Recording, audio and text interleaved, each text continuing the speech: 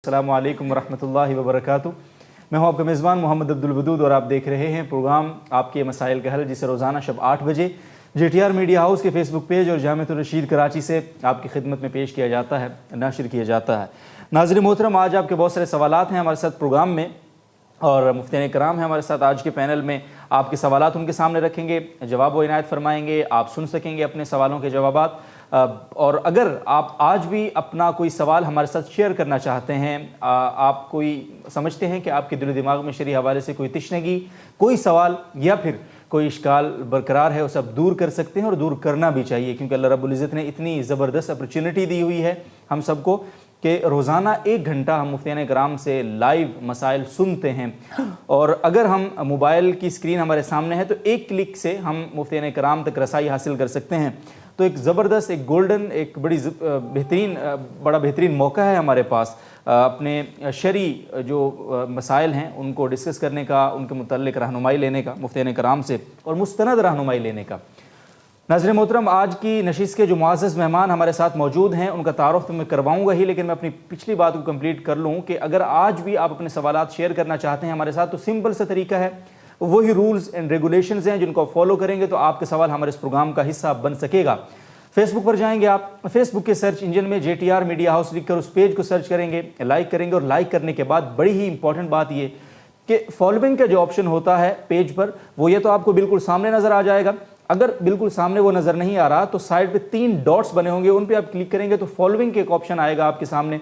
उस पर क्लिक करने के बाद आप सी फर्स्ट पे क्लिक करेंगे ताकि हमारी हर एक्टिविटी का नोटिफिकेशन आप तक बर वक्त और फौरी तौर पर पहुंच सके। तो नाज़रीन मोहतरम, उसी पेज पर हमारी लाइव ट्रांसमिशन है, इसका हिस्सा बनेंगे। इसी ट्रांसमिशन के कमेंट बार में अपना सवाल अपने नाम के साथ, अपने इलाके के नाम के साथ आपने लिखना है।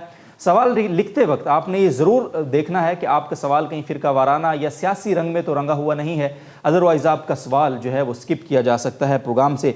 मुफ्ती फैसल अहमद साहब आज के पहले मुअज़्ज़ज़ मुकर्रम मेहमान, उस्ताद जामिअतुर रशीद कराची के सीनियर उस्ताद, सीनियर मुफ्ती हैं और स्पेशलाइजेशंस का जो हमारा पोर्शन है, तखस्सुसात जिनको हम कहते हैं, उनके मुआविन मसूल हैं, असिस्टेंट डायरेक्टर हैं, माहिर फल्कियात हैं, मारूफ इदारिया नवीस कॉलम निगार हैं। आज के दूसरे मुअज़्ज़ज़ मेहमान मुफ्ती मोहम्मद उवैस साहब हमारे साथ मौजूद हैं, मुआविन मुफ्ती हैं, सीनियर उस्ताद हैं जामिअतुर रशीद कराची के और कराची यूनिवर्सिटी से मास्टर्स किया हुआ है IR इंटरनेशनल रिलेशंस के अंदर।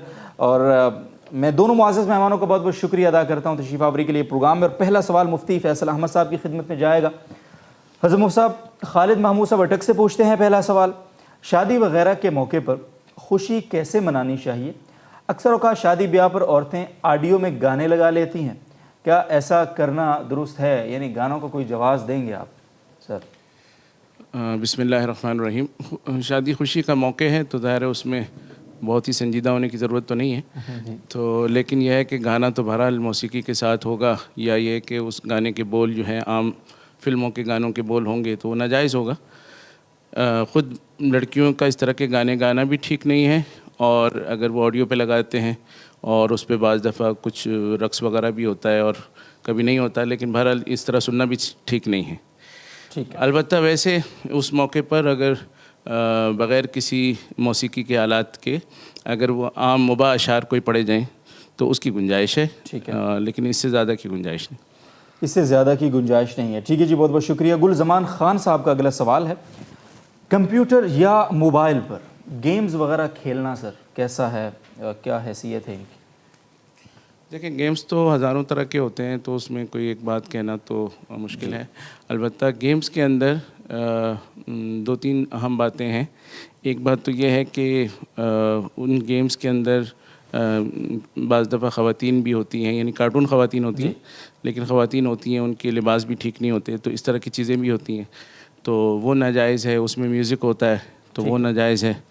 इसी तरीके से बाज़ दफ़ा गेम यानी जैसे मुसलमानों को निशाना बनाने के लिए बाज़ गेम्स बने हैं जिसमें दाढ़ी वाले जो हैं उनको मारना होता है और इस तरह की चीज़ें होती हैं। तो अगर उससे कोई यानी ऐसा पैगाम दिया जा रहा है जो कि हमारे मज़हब, हमारी तहज़ीब के ख़िलाफ़ है, तो वो भी ठीक नहीं होगा।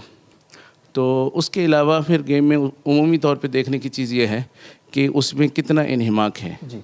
अगर उसकी वजह से आप इतना लग जाते हैं, देखा ये गया है कि जो लोग गेम के शौकीन होते हैं, यानी आप किसी अस्पताल चले जाएँ, ठीक है। तो वहाँ जो डॉक्टर बैठे होते हैं वो 2 मरीज़ों के दरमियान में भी ये थोड़ा सा खेल लेते हैं। तो बंदा जाता है तो वो उसी वक्त मोबाइल रख रहे होते हैं। तो यानी इस तरह का माहौल, तो इसमें इन्हिमाक ऐसा है कि आपकी जो पेशावराना आपकी ज़िम्मेदारी है वो पूरी नहीं हो सकती। बिल्कुल। और इसी तरीके से आप अगर नमाज का वक्त करीब है तो आप कहें चलो अभी बंद करता हूँ, अभी करता हूँ, इस लेवल तक पहुँच जाऊँ, यहाँ तक पहुँच जाऊँ।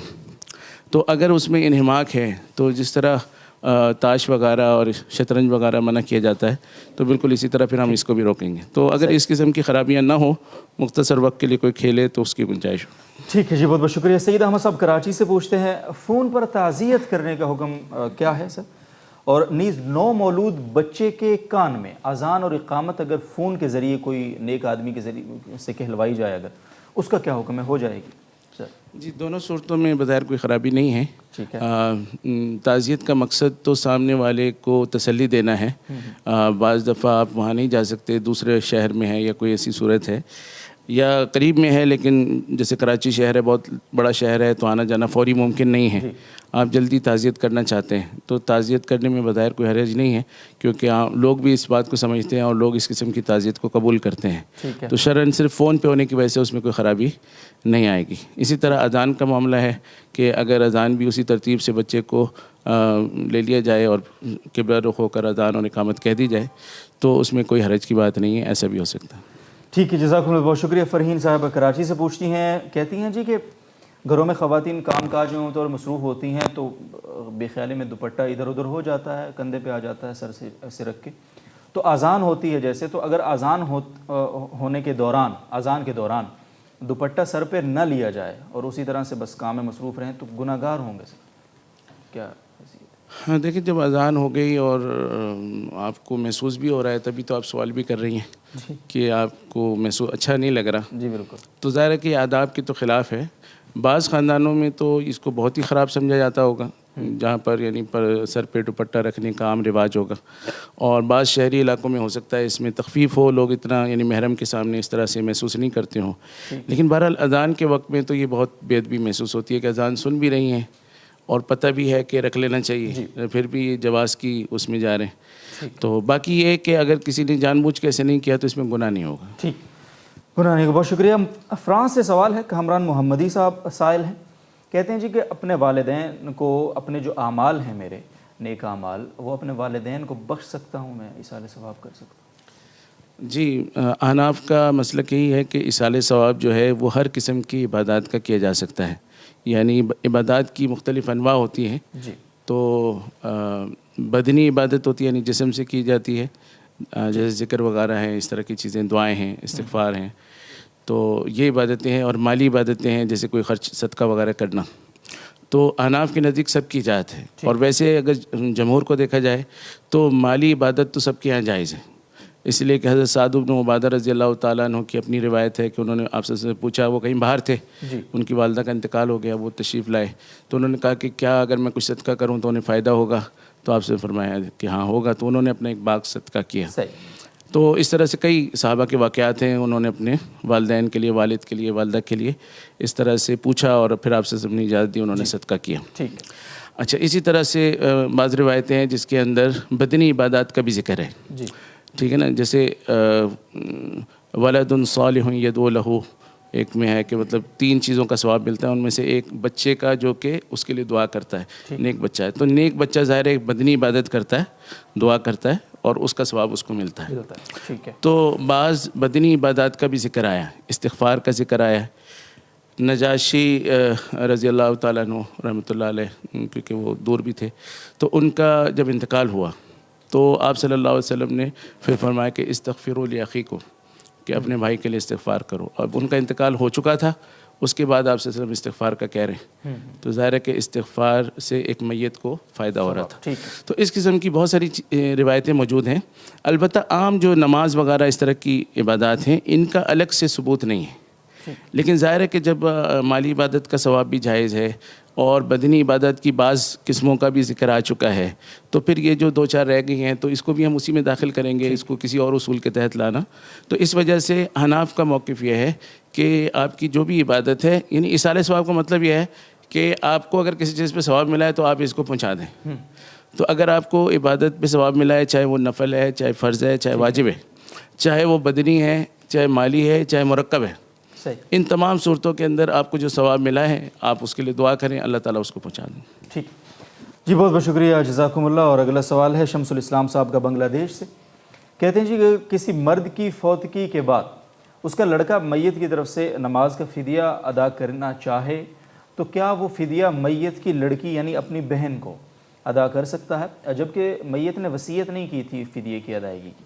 जी, ऐसा वो कर सकता है, इसलिए कि मैयत की तरफ से तो वैसे भी कोई नहीं है और ये अपने तौर पे कर रहा है और ये अपनी बहन को ज़कात वगैरह भी दे सकता है, तो ये फ़िदिये का माल भी दे सकता है। ठीक, जज़ाकुमुल्लाह, बहुत शुक्रिया। अहमद साहब इंडिया से पूछते हैं, क्या हामला औरत सख्त तकिए पर सजदा कर सकती या बैठकर इशारे से करना अफजल होगा सजदा?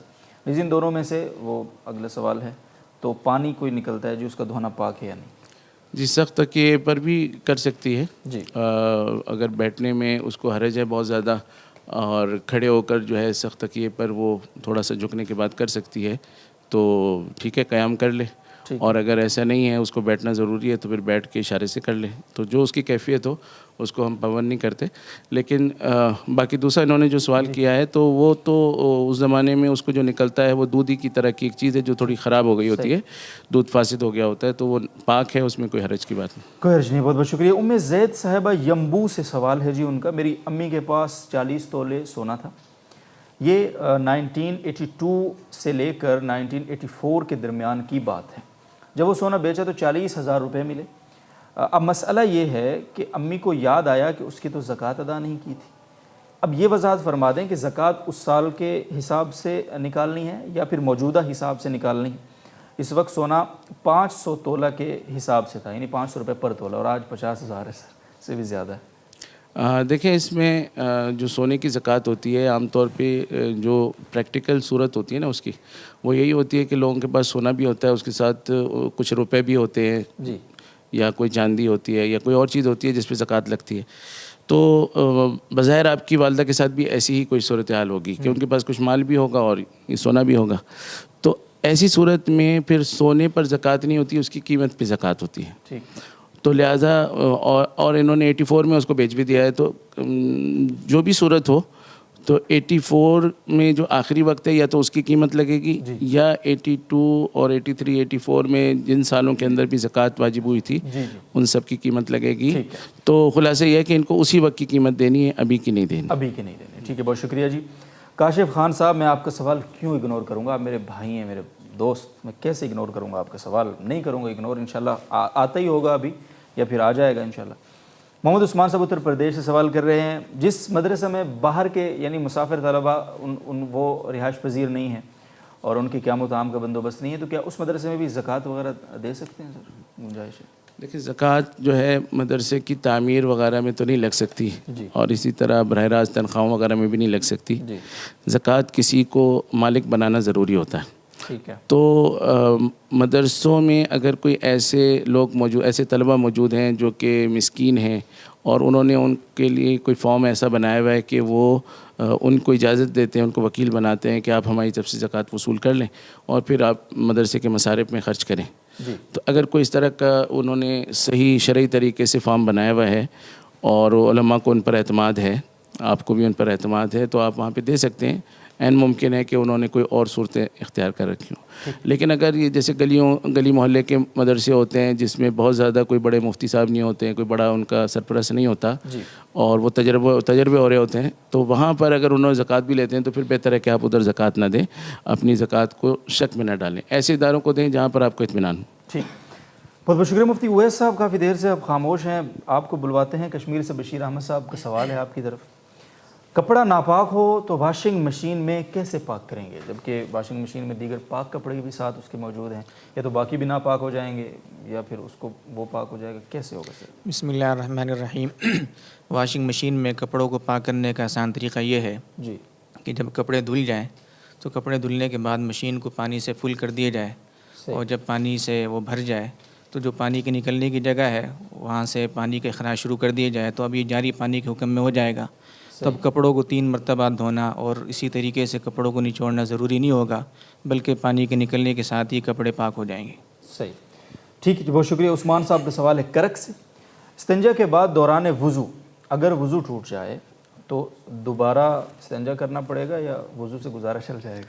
इस्तिंजा का ताल्लुक़ वज़ू टूटने के साथ नहीं है, बल्कि पेशाब के मकाम से निजासत के निकलने के साथ है। ठीक है। तो अगर निजासत निकलती है तो इस्तिंजा लाजिम होता है, अगर निजासत ना निकले तो इससे वज़ू टूटता है लेकिन इस्तिंजा लाजिम नहीं होता।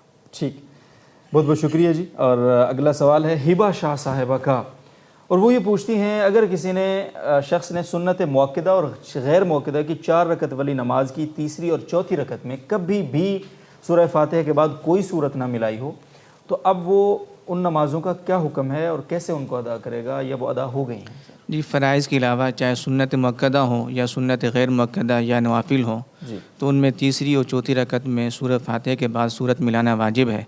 अगर सूरत नहीं मिलाई जाती तो आखिर में सजदा साहब करना लाजिम।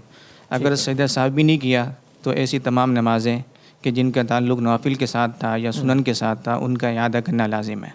ठीक, बहुत बहुत शुक्रिया। ज़ुबैर मुग़ल साहब शारजा से पूछते हैं 4 रकत वाली नमाज में आदमी तीसरी रकत में जमात के अंदर शामिल हुआ तो बाकी रह जाने वाली 2 रकतों में सूरत को मिलाएगा या नहीं मिलाएगा?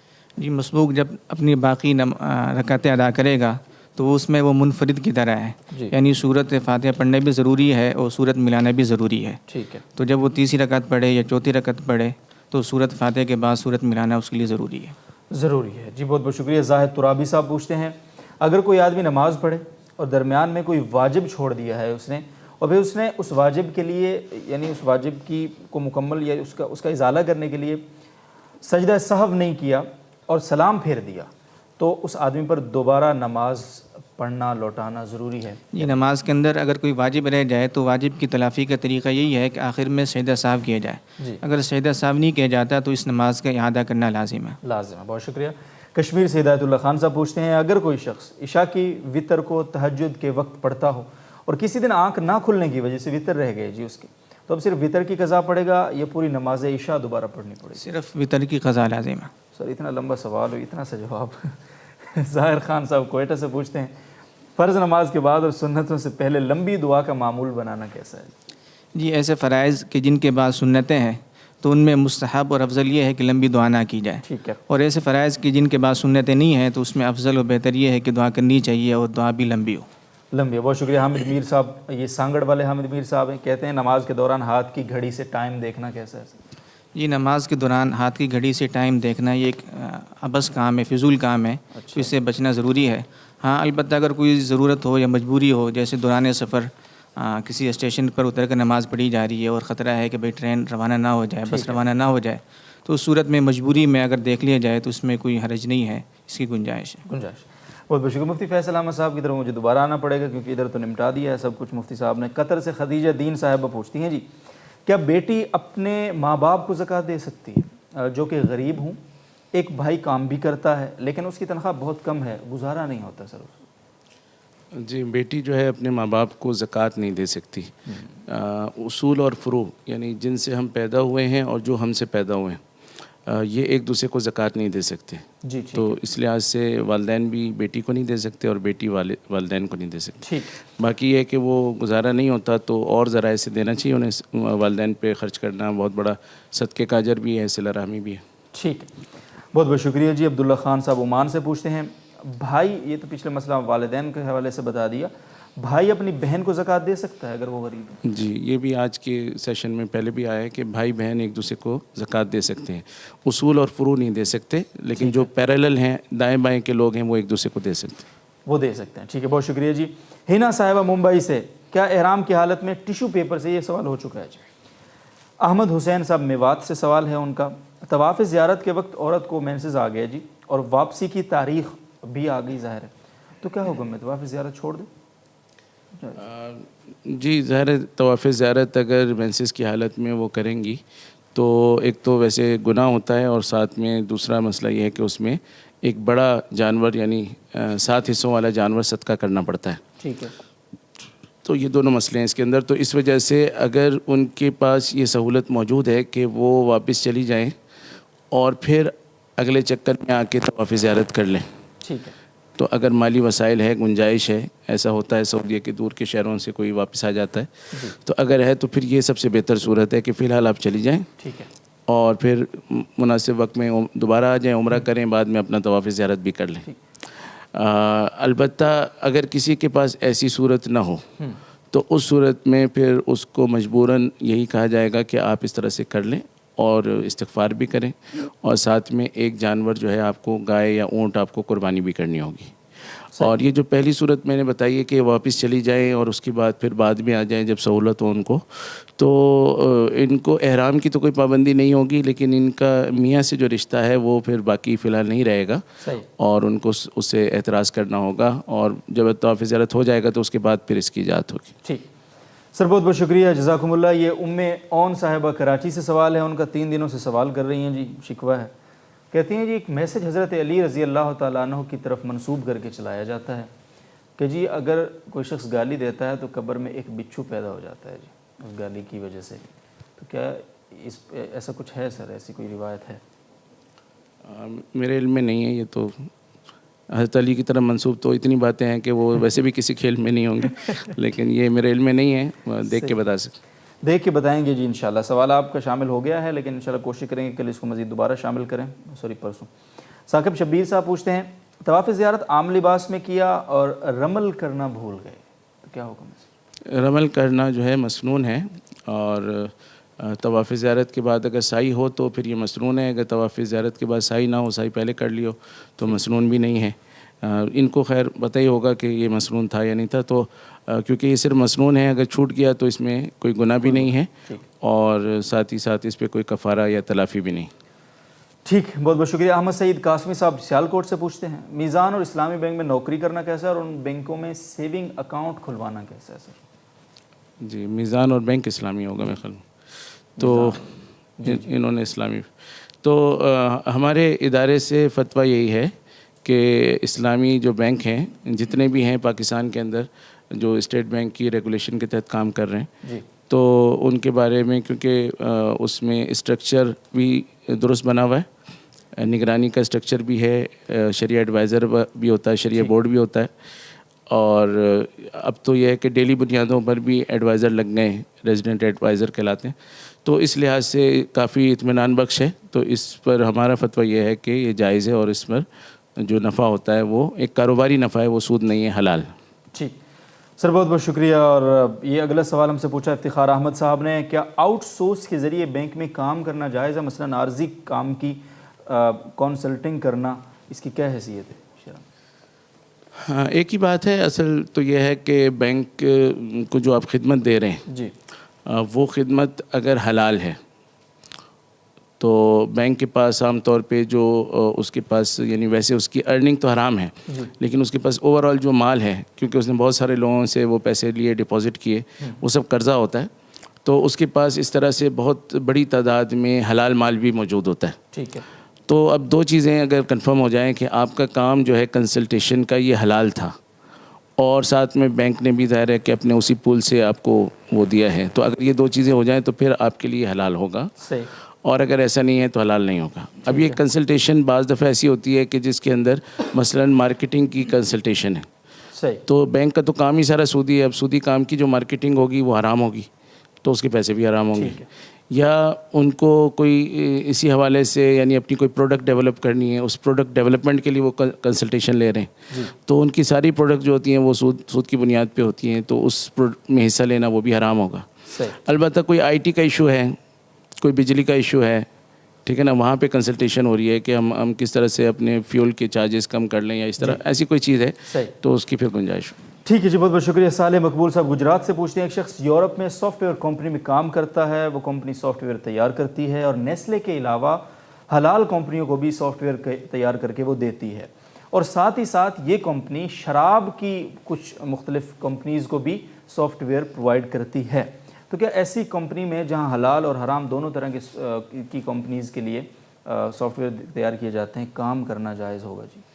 जी, इन्होंने सिर्फ अपने काम के बारे में पूछा है जी, तो ज़ाहिर कंपनी के लिए तो ऐसा करना ठीक नहीं है कि वो इस तरह से मिक्स करे, लेकिन काम करने वाले के लिए क्या हुक्म है? तो काम करने वाले को ये देखना चाहिए कि उसकी जो भी जॉब डिस्क्रिप्शन है उसमें कोई हराम काम आ रहा है नहीं आ रहा। ठीक है। अगर उसकी जॉब डिस्क्रिप्शन में कोई हराम काम नहीं है, वो सिर्फ नेस्ले है या और इस तरह की जो हलाल चीज़ों की जो कंपनीज़ हैं उन्हीं के लिए सॉफ्टवेयर वगैरह बनाता है, उसको देखता है। तो अगर उसका काम हलाल है और कंपनी की भी मेजर अर्निंग जो है वो हलाल है, ठीक है, क्योंकि कंपनी इन्होंने जिस तरह से बताया उससे लगता है कि हलाल ज़्यादा है, नॉर्मल कंपनियाँ ज़्यादा हैं और कुछ शराब की कंपनियाँ हैं तो उनसे भी नफ़ा तो आ रहा है लेकिन वो कम है। तो अगर इसी किस्म की बात है तो उस सूरत में फिर उसके लिए कोई हरज की बात नहीं है, वो वहाँ काम कर सकते हैं। ठीक है, बहुत बहुत शुक्रिया जी। कारी नदीम कासमी साहब दुबई से पूछते हैं, मैं दुबई में बच्चों को पढ़ाता हूँ, एक हिंदू और एक ईसाई फैमिली भी है मेरे साथ अटैच्ड है, क्या मैं उनके घर जाकर चाय पानी वगैरह पी सकता हूँ सर, गुजारा हो सकता है? जी, जिस चीज़ के बारे में भी आपको इत्मीनान हो कि इसमें कोई हराम चीज़ नहीं है, जैसे चाय हो सकती है, ठीक है, तो इसी तरीके से और क्या इन्होंने लिखा है, पानी वगैरह, हाँ पानी है, चाय पानी है। तो लेकिन अगर कोई जैसे गोश्त है या कोई ऐसी चीज़ है तो उसको आप अवॉइड करेंगे। सही है। और इसी तरह अगर कोई बर्तनों में आपको शुबा हो कि ये शराब पीते हैं, उन्हीं बर्तनों में खिला देते हैं, नापाकी का इम्कान है, ठीक तो है, उसको भी आप अवॉइड करेंगे। लेकिन अगर ऐसी कोई बात ना हो तो आप पी सकते हैं, जायज़ है। ठीक, बहुत बहुत शुक्रिया। मुफ्ती उवैस साहब, शम्सुल इस्लाम साहब बांग्लादेश से पूछते हैं, मुआनका और मुसाफहा करने के वक्त की कोई दुआ है? ये मुसाफ़ा और मुआनका करने के वक्त कोई ख़ास दुआ तो मनक़ूल नहीं है, अलबत्ता बाज़ रिवायात में इतनी बात ज़रूर मौजूद है कि नबी करीम सल्लल्लाहु अलैहि वसल्लम ने इरशाद फरमाया कि जब दो शख्स आपस में मिलें और अल्लाह ताला की तहमीद और तस्बीह बयान करें और इस्तिग़फ़ार करें तो इस सूरत के अंदर इन दोनों शख्सों के जुदाई से पहले अल्लाह ताला इनके लिए मग़फ़िरत का परवाना अता फरमाते हैं। तो इसलिए जब भी मुसाफ़ा या मुआनका किया जाए, मिला जाए, तो इस बात का एहतमाम किया जाए कि अल्लाह ताला की तहमीद और तस्बीह भी हो और साथ साथ इस्तिग़फ़ार भी हो, ताकि इस फजीलत में शामिल हो। जी ठीक है, बहुत बहुत शुक्रिया सर। मोहम्मद इलियास साहब अबूज़ाबी से पूछते हैं, दुआ करने या सदका देने से तकदीर बदल सकती है? जो लिखी कि दुआ करने से या सदका देने से तकदीर मुअल्लक़ तो तब्दील होती है, तकदीर मुबरम नहीं।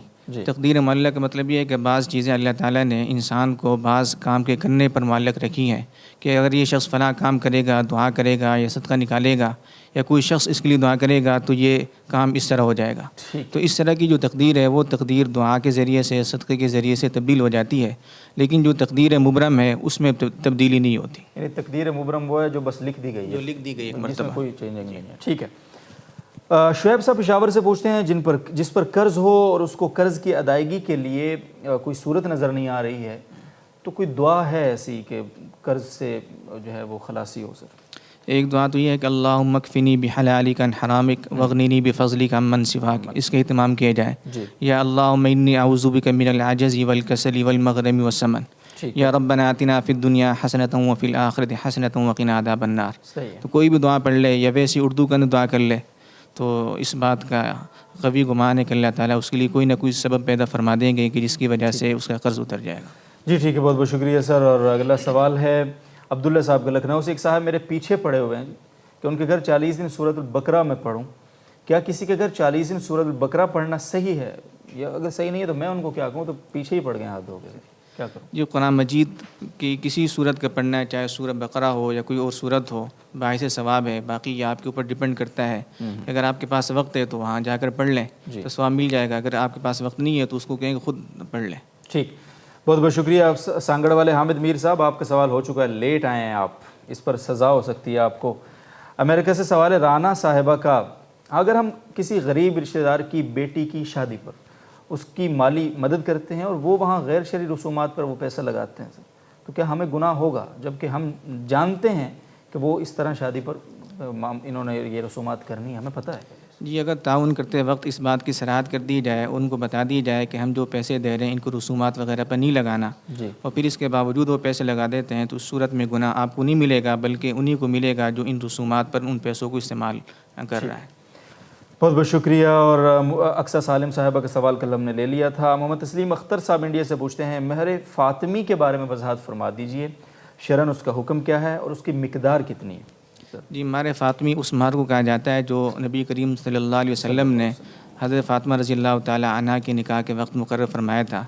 तो उसके बारे में मुख्तलिफ़ रिवायात हैं। जो राज कौल है वो ये कि 480 दराहिम, ठीक है, कि जो आजकल ग्रामों के अतबार से 1 किलो 632 ग्राम बनती है। जी, तो महर फ़ातिमी जो है इसका रखना ये मुस्तहब है, बेहतर है।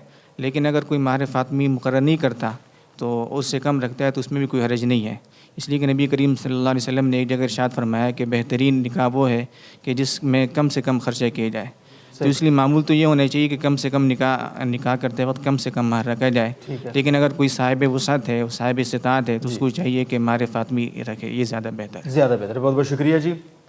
और नाज़रीन मोहतरम, एक अनाउंसमेंट है यहाँ पे, आप तमाम हज़रात नोट फरमा लें इसको। वो ये है कि इंशाअल्लाह अज़ीज़ 7 सितंबर यानी परसों बरोज़ जुमा जो हमारी ट्रांसमिशन होगी रात में, मुफ्ती तारिक मसूद साहब होंगे हमारे साथ, मुफ्ती मोहम्मद हुसैन खलील खेल साहब और मुफ्ती इमरान मजीद साहब उस ट्रांसमिशन में होंगे हमारे साथ। उस ट्रांसमिशन में नाज़रीन मोहतरम 7 सितंबर यौम ख़त्म नबूव्वत के हवाले से खुसूसी तौर पर गुफ्तगू की जाएगी।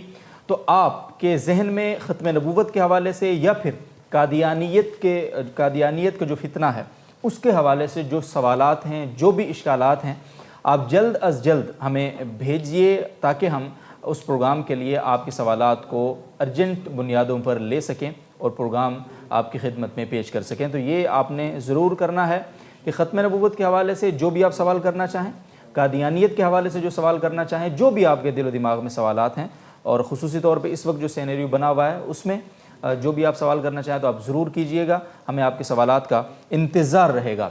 आज के प्रोग्राम का वक्त अपने इख्तिताम को पहुँचता है और परसों आपसे मुलाकात होगी लाइव ट्रांसमिशन के साथ, ख़त्म नबूव्वत यौम ख़त्म नबूव्वत की खुसूसी ट्रांसमिशन के साथ। और कल 6 सितंबर है यौम दिफ़ा पाकिस्तान।